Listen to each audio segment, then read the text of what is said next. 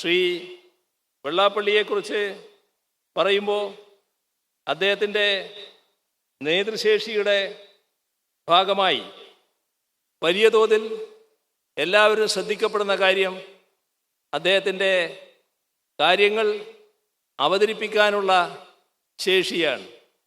അത് നേരത്തെ ഇവിടെ അവതാരക പറഞ്ഞ ആ രീതിയിലല്ല, യഥാർത്ഥത്തിൽ ആളുകളുടെ മനസ്സിലേക്ക് നല്ലതുപോലെ കയറുന്ന രീതിയിലുള്ള അവതരണ രീതി വെള്ളാപ്പള്ളിയുടെ ഭാഗത്തു നിന്ന് എപ്പോഴും കാണാം.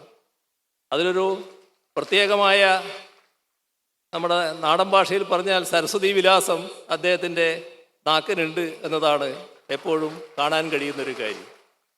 അതിൽ നല്ല കരുതൽ എപ്പോഴും അദ്ദേഹം പ്രകടിപ്പിച്ച് പോന്നിട്ടുണ്ട്. എല്ലാ ഘട്ടത്തിലും മതനിരപേക്ഷ നിലപാട് ഉയർത്തിപ്പിടിക്കാൻ ശ്രദ്ധിച്ചിട്ടുമുണ്ട്. അടുത്ത കാലത്ത് നിർഭാഗ്യകരമായ ചില വിവാദങ്ങൾ ഉയർന്നു വന്നു. എന്നാൽ വെള്ളാപ്പള്ളിയെ അറിയാവുന്നവർക്കെല്ലാം അറിയാം, അദ്ദേഹം ഏതെങ്കിലും ഒരു മതത്തിന് എതിരായി നിലപാട് സ്വീകരിച്ച ചരിത്രമുള്ളയാളല്ല എന്ന്. എല്ലാ ഘട്ടത്തിലും വിവിധ മതങ്ങളുമായി യോജിച്ചുകൊണ്ടുള്ള ഒട്ടേറെ കാര്യങ്ങൾ ഉയർത്തിക്കൊണ്ടുവരാൻ വ്യക്തിപരമായി തന്നെ നേതൃത്വം വഹിച്ച ഒരാളാണ് വെള്ളാപ്പള്ളി എന്ന് നമുക്കറിയാം. അപ്പോൾ എന്നാലും ചില തെറ്റിദ്ധാരണകൾ പരത്താനുള്ള അവസരം അദ്ദേഹത്തിൻ്റെ ഒരു പ്രസംഗത്തിൻ്റെ ഭാഗമായി വന്നു. അതാണ് നമ്മുടെ നാട് എന്ന് തിരിച്ചറിയണം, അത് മനസ്സിലാക്കാനാവണം.